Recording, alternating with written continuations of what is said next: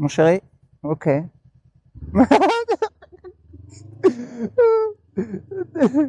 Il m'a regardé comme ça en mode hey, salutations. Alors, récemment, j'ai découvert que je pouvais aller au boulot en prenant un tout autre chemin, mais vraiment complètement différent. C'est-à-dire que moi, pour ceux qui savent pas, j'habite dans l'ouest de Paris. Je travaille à Paris et je mets ouais, entre 40, 50 minutes. Salut. Et en fait, en passant par à 86 à 14 périphérique, on va dire. Eh bien, j'ai découvert que je pouvais prendre vraiment. Enfin, c'est pas que j'ai découvert. C'est un chemin qui m'a toujours été proposé par Maps et je me suis jamais autorisé à le prendre parce que, bah, écoutez, je ne sais pas. Je ne sais pas.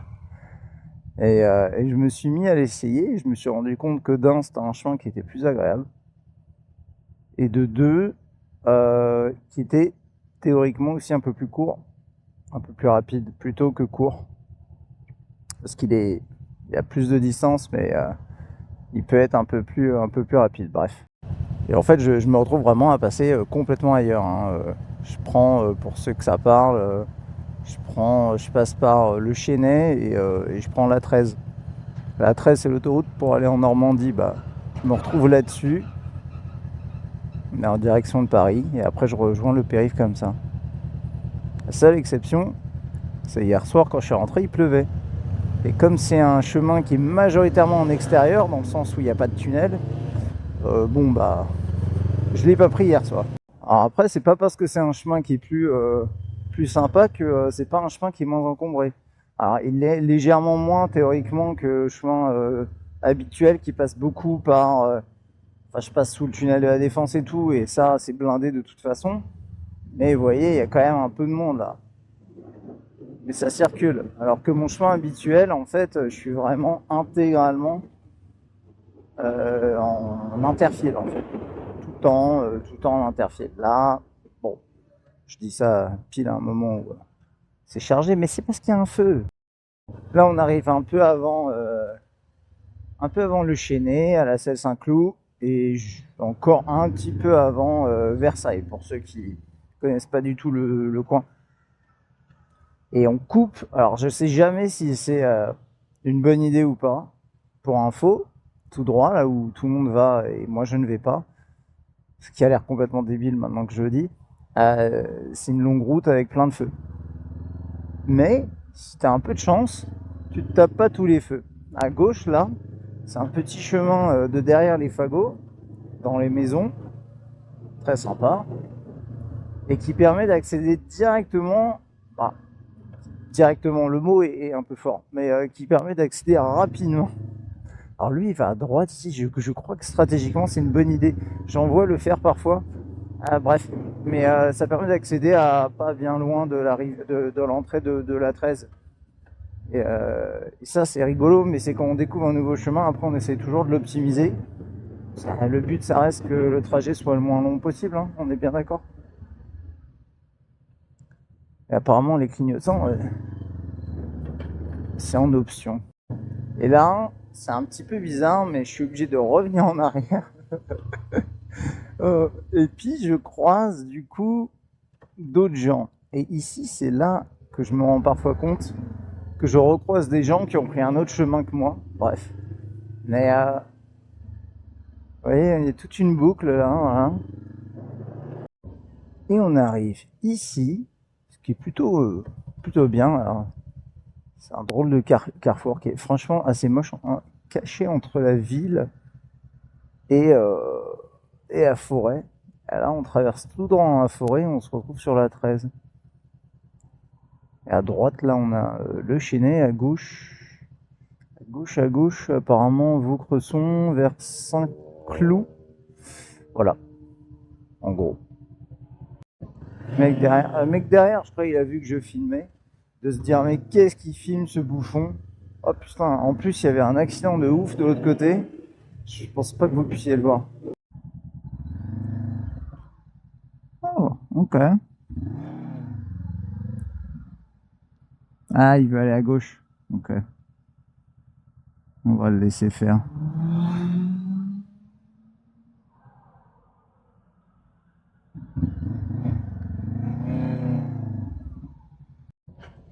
Alors, ici on se retrouve à cet endroit.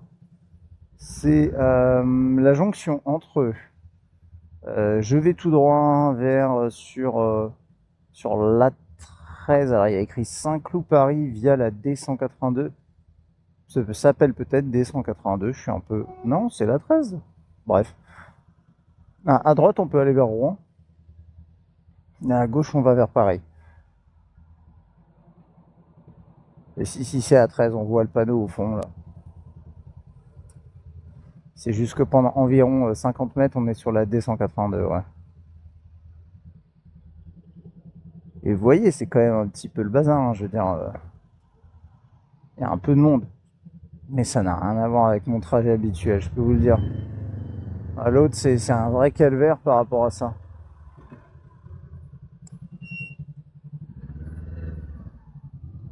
Ah, ça peut être un petit peu la fête, la foire à la saucisse quand même. Avec ce gros bus.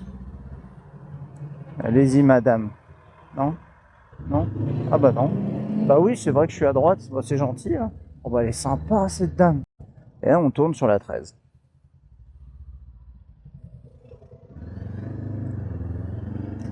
Et là, plutôt sympa. On a une belle vue sur la tour Eiffel au fond là. Vous voyez? Rigolo. Vous voyez quand même que c'est bien chargé aussi. Mais, une fois que tu t'es inséré dans ton interfile, ça avance, ça avance.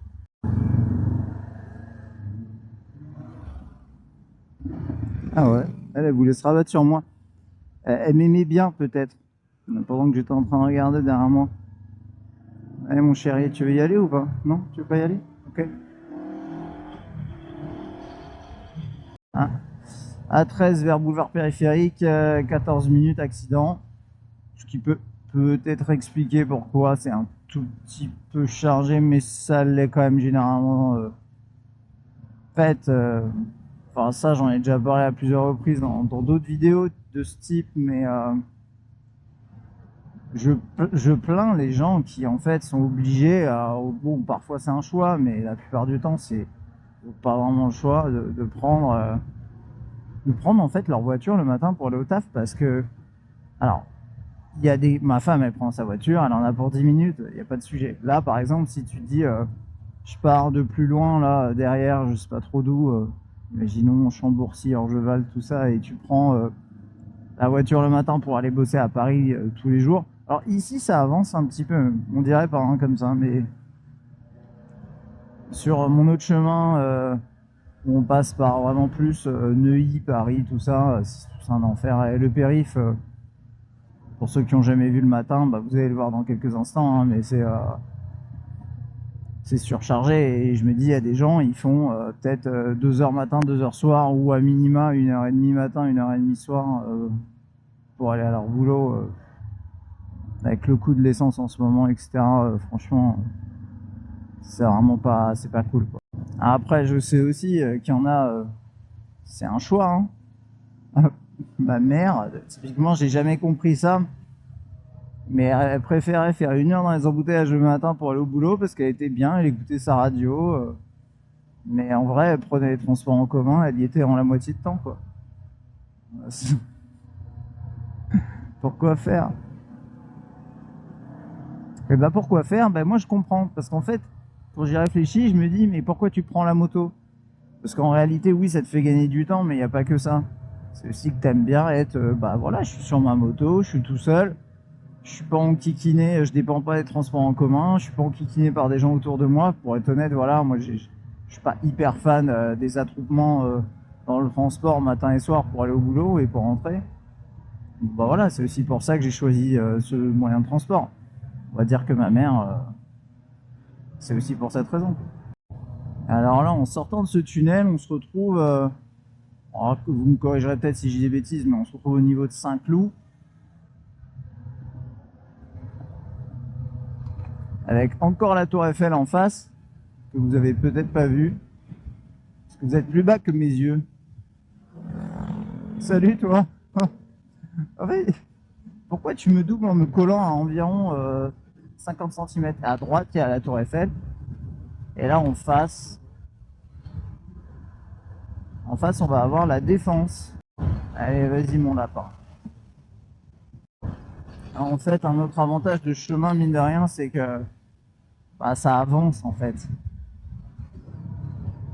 C'est-à-dire que c'est c'est une route où on peut faire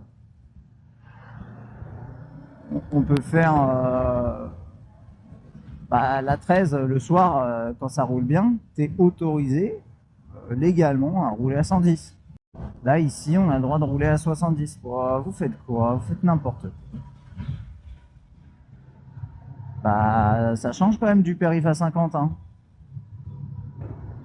Parce que si en effet il n'y a pas grand monde qui respecte le 50 sur le périph', il y a quand même une vitesse qui est moindre, il faut bien le dire. Et au-delà de la limitation, hein, le périph' le matin, vous allez bientôt voir ça, ça n'avance pas. Voilà où est-ce qu'on arrive en fait. Alors, on arrive, je peux prendre périph' nord à gauche, moi je prends le sud à droite. Alors ouais, hein, on n'est pas les seuls. On n'est pas les seuls, mais on avance. Alors on avance à part quand il y a des gens en plein milieu. Ouais, voilà.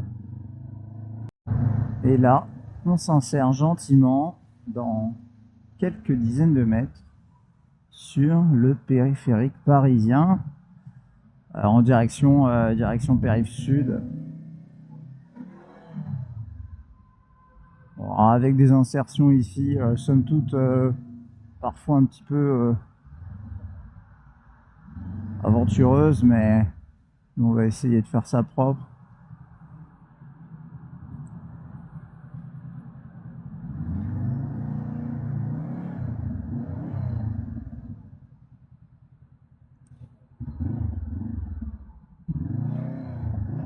Dans le sens où, hop, on passe pas de ligne continue.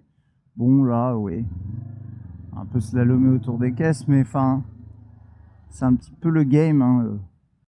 Et là, c'est le périph' à 50. Alors, le périph' à 50 ici, qui a pas besoin de se poser la question de combien il doit rouler, dans la mesure où vous voyez le volume de personnes. Ah, pardon mon lapin, mais ça m'ennuie un peu.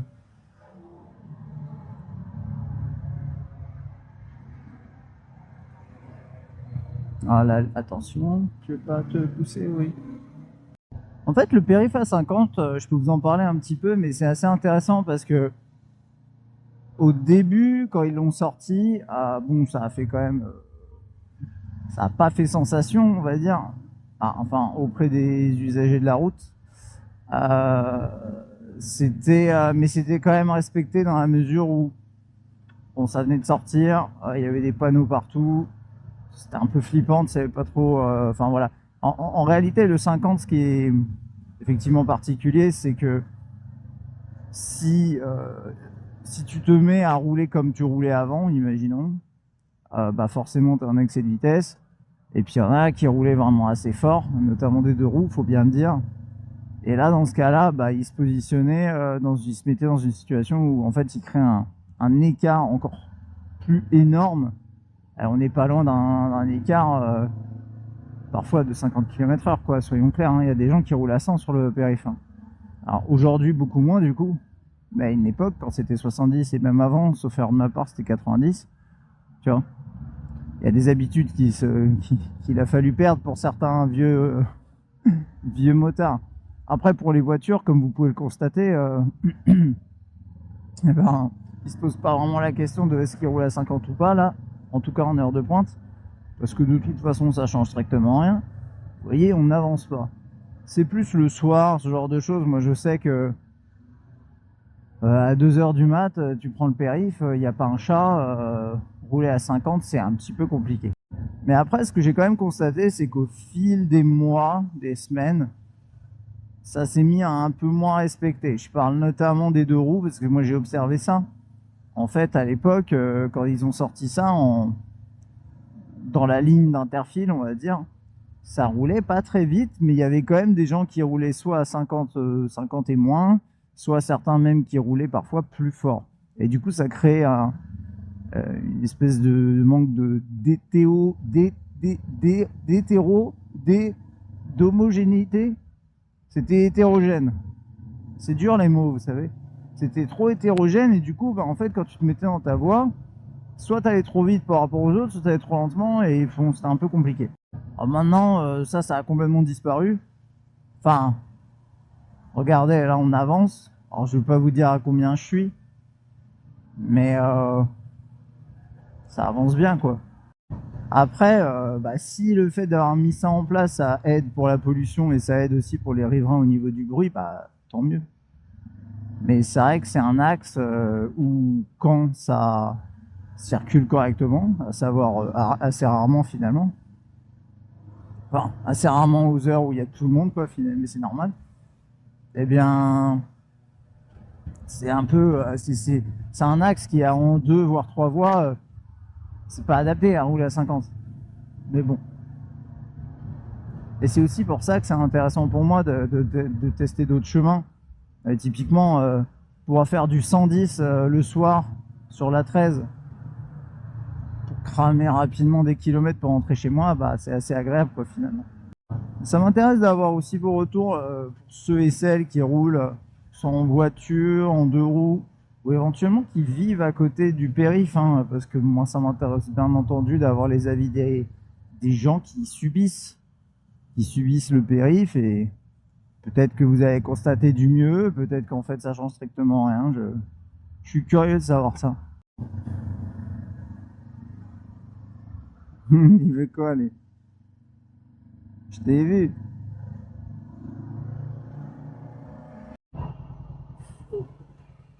J'avoue que le bus, là, il a un peu déconné. Il s'est dit, là, je vais me mettre en plein milieu du passage. Et ça va gêner personne. Et les gens, ils râlent. Et ils passent, du coup. Et là, mon lapin, on y va. On y va, on y va. Il fait quoi, lui, du coup?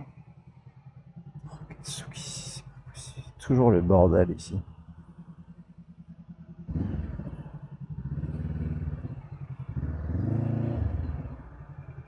En fait...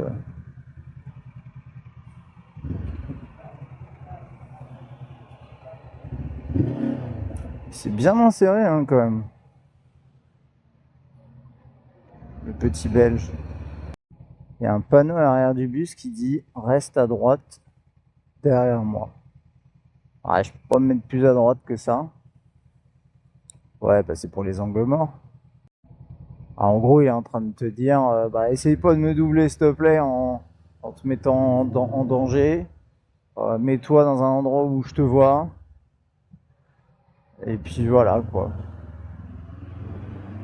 Je trouve ça relativement sympathique comme message, même si... tu vois, il y a toujours le panneau spécial attention angle mort. Ça, c'est un classique que tu vois même en France sur les véhicules français. C'est peut-être même un truc européen, je sais pas. Après, il y a ce truc-là que j'ai jamais vu. Et est-ce que c'est vraiment un vélo? Est-ce que c'est une moto ou un vélo? Parce qu'on dirait un vélo avec un casque de vélo. Et petit aparté, vous voyez le sweatshirt que je porte là? Sans cordon, parfait pour la moto. Ah, j'en avais parlé il y a un certain temps sur cette chaîne. C'est que j'ai lancé ma marque de vêtements qui s'appelle Ironback. Et on démarre avec un hoodie. Juste un hoodie très, on va dire un peu particulier. Avec une capuche sans cordon, 100% coton, fait au Portugal, avec des poches zippées, des poches classiques et des poches zippées, avec plein de petits détails sympas. Je vous mettrai le lien dans la description parce qu'on a lancé les ventes après une campagne de financement participatif sur Ulule qui a dépassé, je crois on s'est arrêté à 110%, donc ça c'est cool. On a déjà envoyé tous les sweatshirts à tous les backers de la campagne, qui sont tous absolument satisfaits, ça c'est chouette. Donc ouais non, je suis très content et voilà. c'est quelque chose qui vous botte, même si là il fait encore un peu frais, donc je trouve que c'est pertinent. C'est pas alors je précise quand même, c'est pas un sweatshirt homologué pour les motards, dans le sens c'est pas un sweatshirt qui est avec des protections intégrées, etc. D'accord. Et moi je recommanderais jamais de rouler juste en hoodie en moto, quoi. Enfin, c'est après chacun fait comme il veut, mais pour moi c'est vraiment pas ce qu'il faut faire. Hmm. Protégez-vous. Et je vous mets un lien dans la description. Et je vous mets même un code promo de 5%. Allez, ouvrez la description et tout sera dedans. Bon, une nouvelle journée au boulot qui commence. Je vous souhaite une excellente journée à vous. La bise et à la prochaine.